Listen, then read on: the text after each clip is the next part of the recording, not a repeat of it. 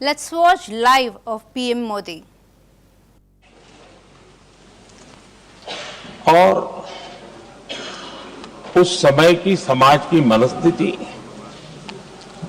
और नेतृत्व की क्षमता,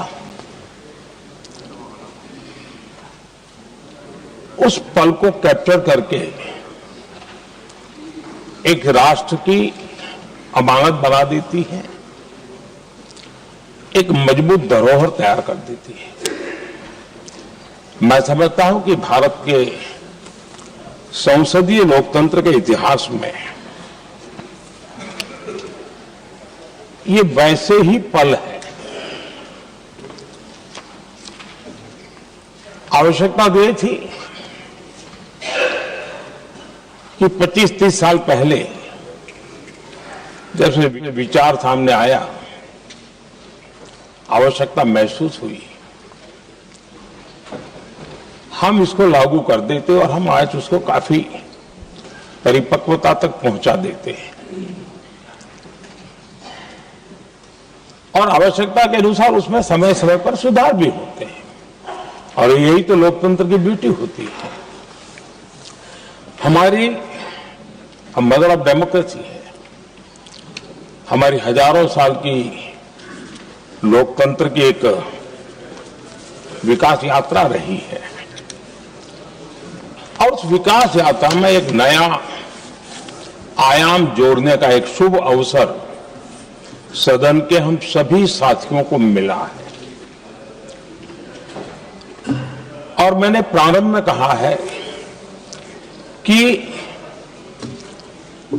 हम सब भाग्यवान हैं कि हमें ऐसे महत्वपूर्ण और देश की आधी आबादी को इस राष्ट्र निर्माण की नीति निर्धारण प्रक्रिया में हिस्सेदार बनाने का सौभाग्य मिल रहा है।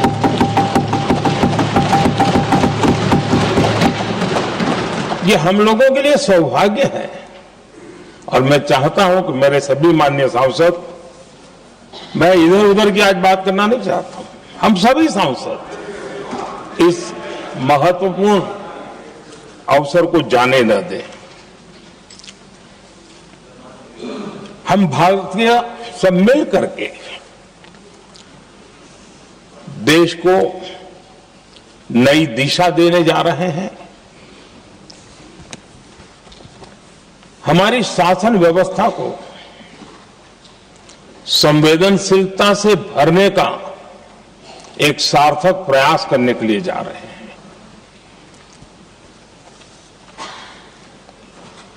और मुझे विश्वास है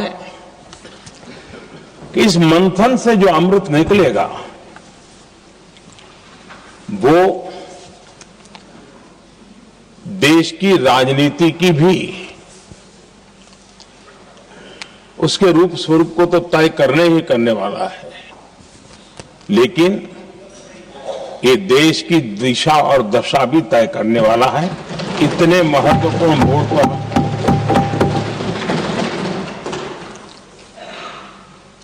आदरणीय अध्यक्ष जी, 21वीं सदी में भारत एक नए आत्मविश्वास के साथ आगे बढ़ रहा है। विश्व में भी आज भारत की स्वीकृति हम सब महसूस कर रहे हैं, और ये हम सबके लिए गौरव का पल है। एक समय हमारे पास आया है, और इस समय को हमने एक विकसित भारत के संकल्प के साथ जोड़ा है। और मैं पक्का मानता हूं कि विकसित भारत का मतलब केवल उत्तम प्रकार के रेल, रास्ते, इंफ्रास्ट्रक्चर या कुछ आर्थिक प्रगति के आंकड़े, सिर्फ इतने से ही विकसित भारत की सीमित कल्पना वाले हम लोग नहीं हैं।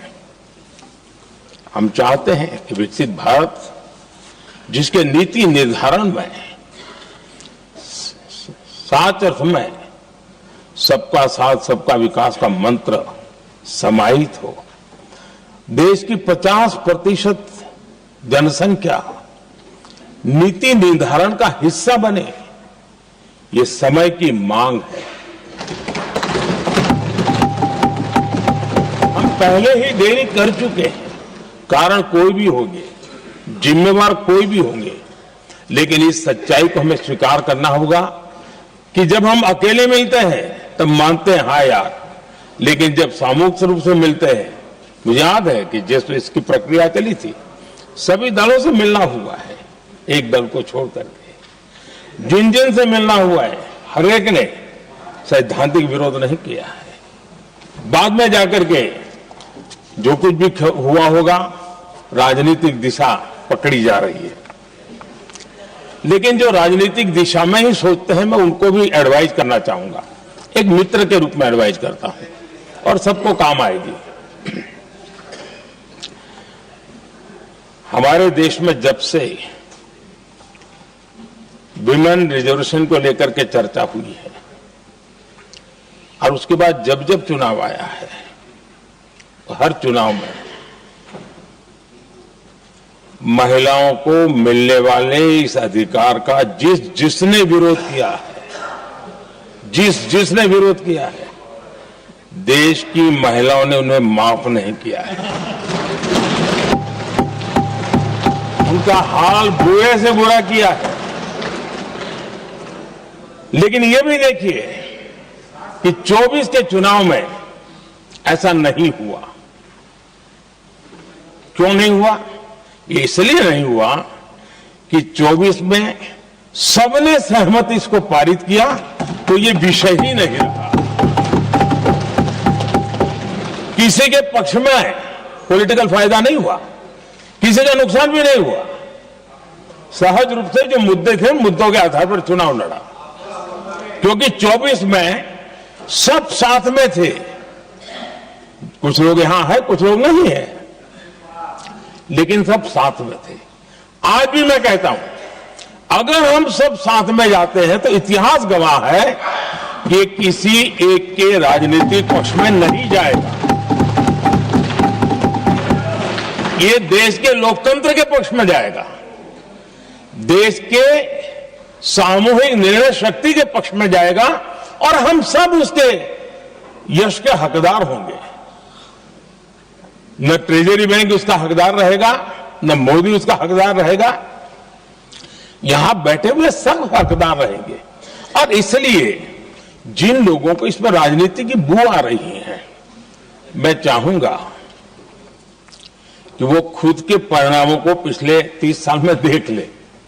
फायदा उनका भी इसी में रास्ता दिखा रहा हूं, इसी में फायदा है कि जो नुकसान हो रहा है उससे बच जाओगे। और इसलिए मैं समझता हूं कि इसको राजनीतिक रंग देने की जरूरत नहीं है। आदरणीय अध्यक्ष जी, मुझे याद है तब तो मैं शासकीय व्यवस्था की राजनीति में नहीं था, मैं एक संगठन के कार्यकर्ता के नाते काम करता था। उस समय एक चर्चा सुनने को मिलती थी गलियारों में कि देखिए ये कैसे लोग हैं